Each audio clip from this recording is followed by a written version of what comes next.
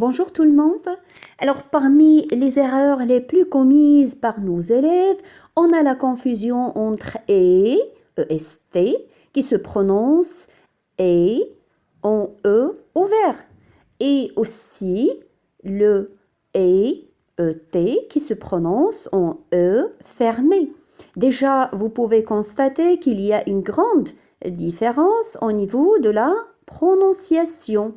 Pour bien comprendre et pour bien régler une fois pour toutes cette confusion, on va traiter les exemples suivants. Premier exemple, il est courageux. Ici, pour bien s'assurer qu'il est question du verbe être conjugué à la troisième personne du singulier, on va convertir la phrase au pluriel. On aura « Ils sont courageux ».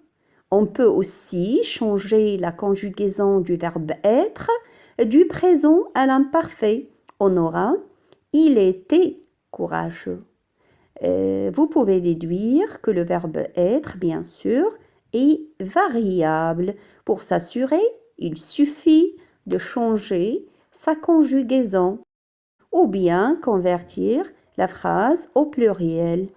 Si vous constatez qu'il y a un changement, donc il s'agit du verbe être. Mais par contre, dans la phrase, il aime la lecture et le sport. Est-ce qu'on peut dire il aimait la lecture et le sport? Est-ce qu'on peut dire aussi il aime la lecture sans le sport? Donc, effectivement, la phrase sera insensée. Par contre, on peut dire il aime la lecture ainsi que le sport. Alors, dans l'exemple, il est courageux, deuxième exemple, il est courageux et honnête.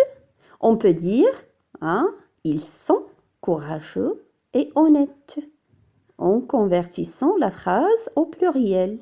Aussi, on peut dire en changeant l'imparfait, donc, ou bien en changeant le présent à l'imparfait, on peut dire il était courageux et honnête.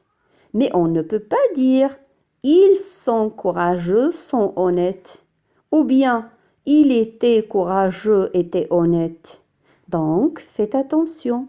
Ici, il s'agit de la conjonction de coordination. On peut dire il est courageux et aussi il est honnête. Donc, c'est le sens de la phrase, l'addition du courage à l'honnêteté. Donc, faites attention à ne pas confondre le verbe être qui est variable avec la conjonction de coordination qui est invariable. Il ne change pas. Merci de votre attention. À la prochaine.